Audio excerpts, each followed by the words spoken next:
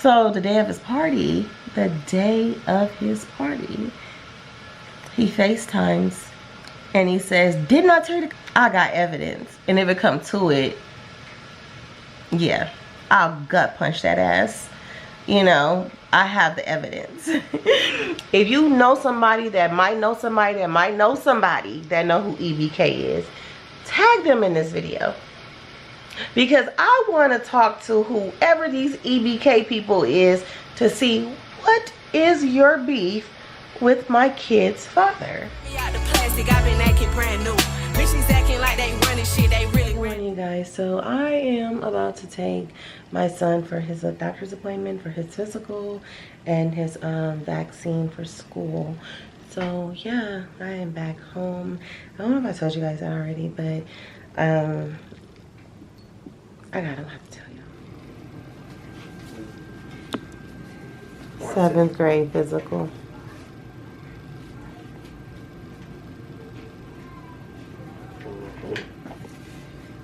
It's just I can curb to the school we ball. Use a cat, nigga. My mama raised nothing but dogs. Is it? It's cause he's trying to come over and sloths. Yeah. So as you can see, I am back home. Blake's appointment went really good,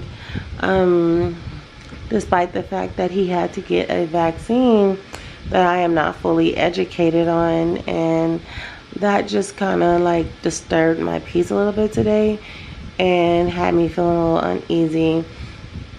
It is the Tdap vaccination and it's required for 7th graders, and you know, like without that vaccine they cannot attend school.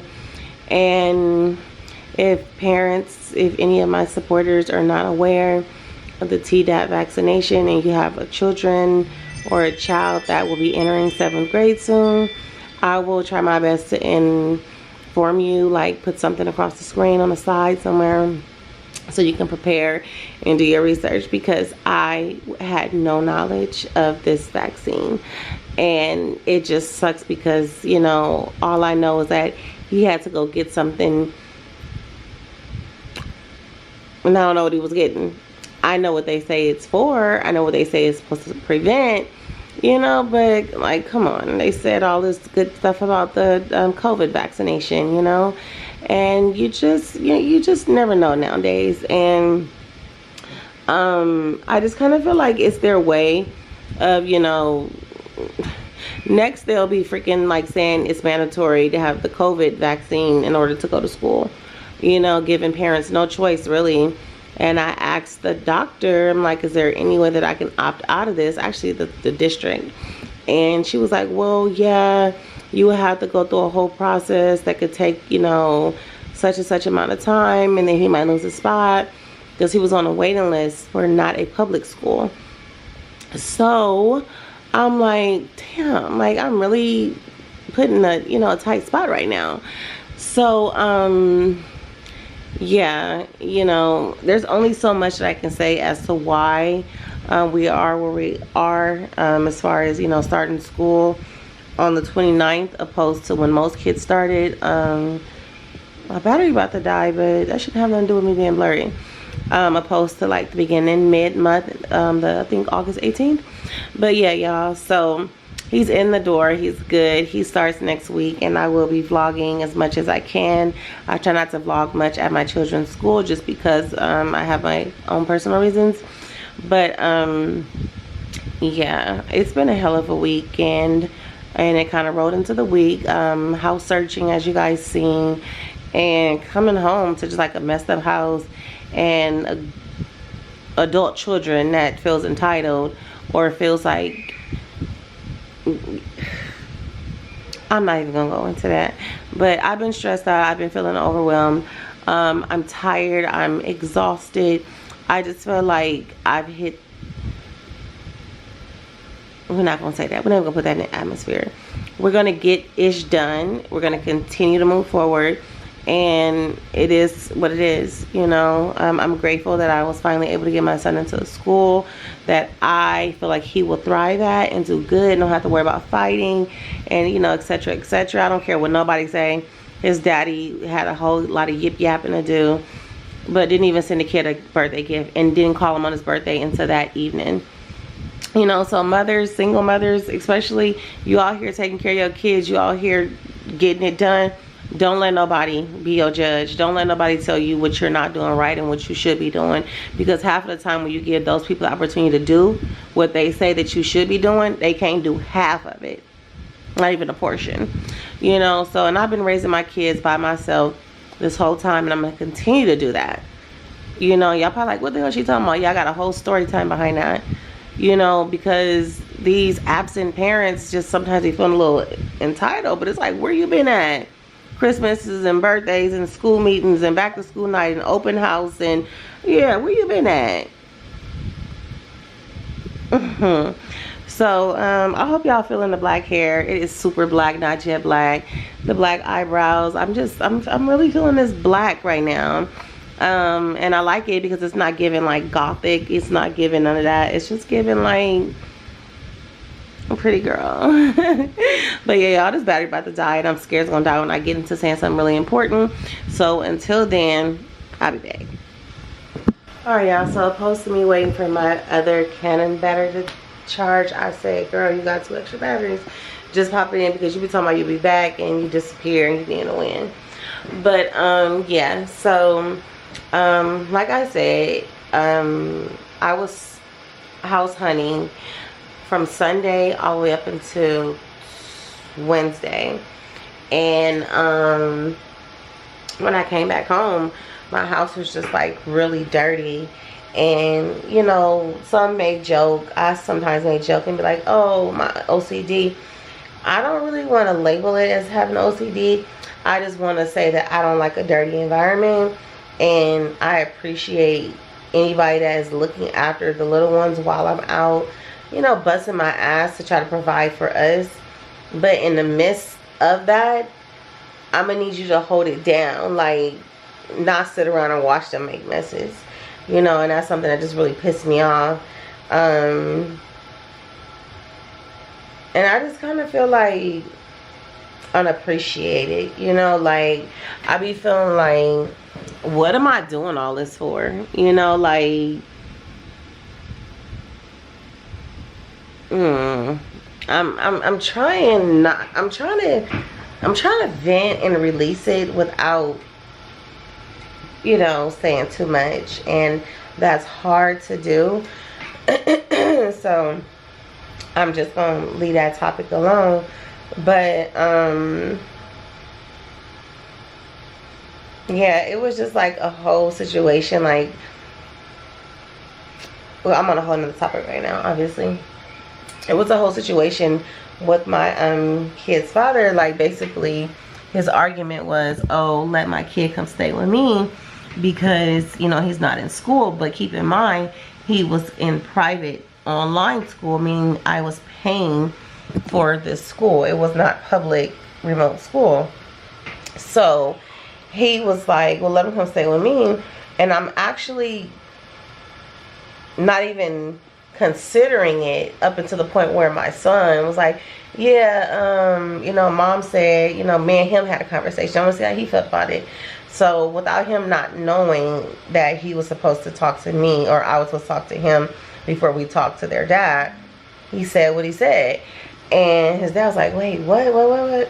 So he asked to speak to me, and I get on the phone, and he's like, so yeah, you gonna let him come stay with me? I was like, no, I did not say that. I said we was having a conversation about it. And to make a long story short, because this could be a long story time, and I just don't even be having the patience to be listening to people's story times. I'd be like, please get to the details. So I'm asking him, you know, questions like, so where's he gonna be sleeping at? Are you gonna be able to pick him up? Are you gonna be able to drop him off, pick him up? Because I don't really believe in kids, this day and time, walking to school and walking home from school. It's just too much going on. And he's like, yeah. I'm like, well, how you supposed to do that when last time we spoke, you said that your schedule, you be having to be at work, I think by 2 o'clock in the morning. School don't start before 2 a.m.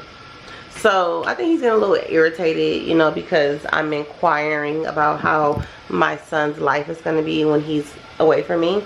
the last time I met his girl, it wasn't too pretty, you know. So I asked him, I'm like, well, how does she feel about this? Like, you know, he was like, oh yeah, she's cool, she cool. Like, dude, you don't even know that. You don't know how she feel about taking in another one of your kids when she don't got kids with you. Like, you will be quick, a man will be quick to say that, you know, somebody is cool with something and don't even really know how they truly feel. So I'm like, had that conversation with her. That'll give me time to kind of, you know, think about this more, and then, you know, we'll regroup and, you know, come back to this conversation. So he was supposed to call that morning. That next day, he never called. He called the following day. Gave me even more time to think about it. So when he called, he was like, when are you sending my son? And I'm like, no, I had time to really think about this, and I just don't know if this is a good idea. And he was like, well, you had me driving around to all these schools in my area to, you know, see about him getting in. I was like, when we talked, you told me it was only one middle school in your area and it was 2 blocks away.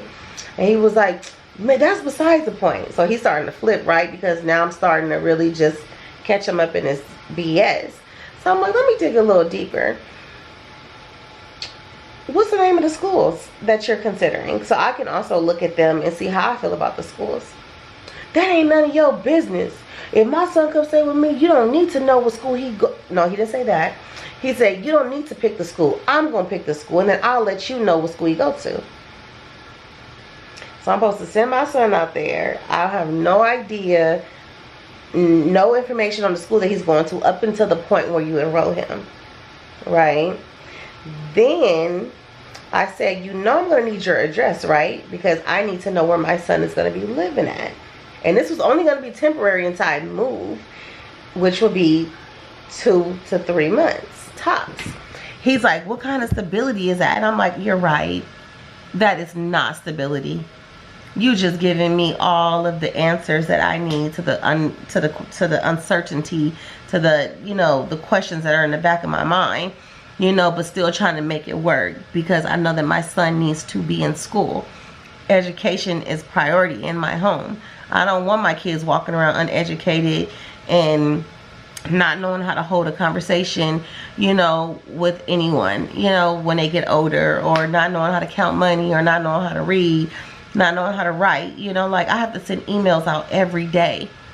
You know, sometimes if it's just simply advocating for my kids, you know, regarding something that occurred at school, or, you know, it's something that's pertaining to my business, whatever the case, I have to sit down and put these emails together. And people will look at your writing and judge you.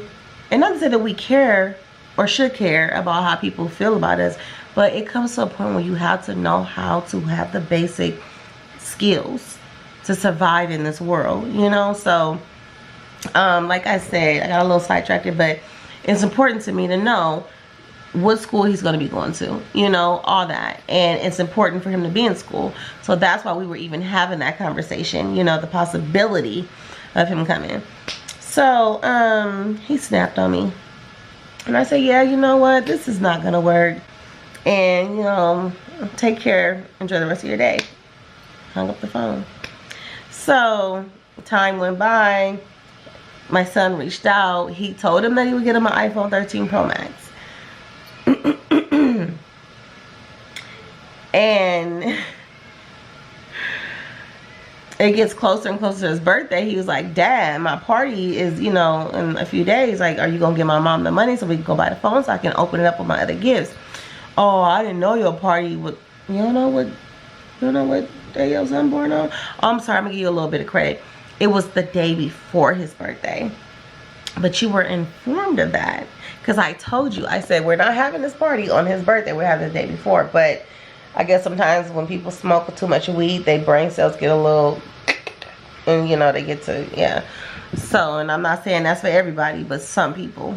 Him, prime example. So, my son, fast forward, he got a haircut. He cut his dreadlocks off himself. I took him to the barbershop. They cleaned him up. He got like a little shag in the back. His dad has imaginary beef with EBK.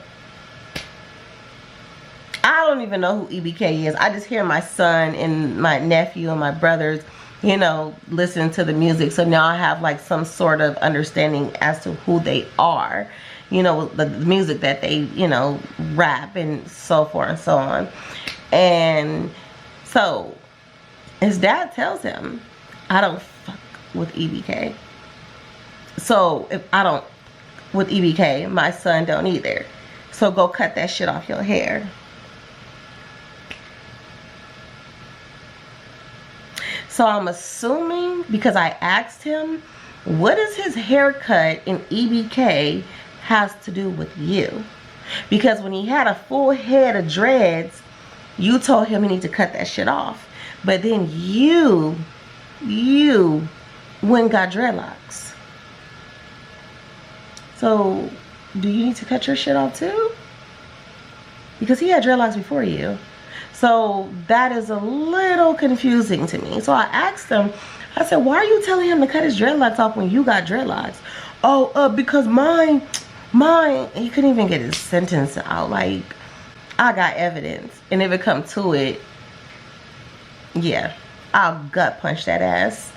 You know, I have the evidence. But, yeah. So he's telling him, cut his hair off. So he this thinking his dad talking. So the day of his party, he FaceTimes and he says, didn't I tell you to cut that shit off your head? And he was like, Dad, yeah, well, you know, I like my hair, and you know. He tells the kid, when you cut that shit off your head, I'll send you your phone. Because again, he has imaginary beef with EBK. If anybody that's watching this, if you don't even know who EBK is, if you know somebody that might know somebody that might know somebody that know who EBK is, tag them in this video.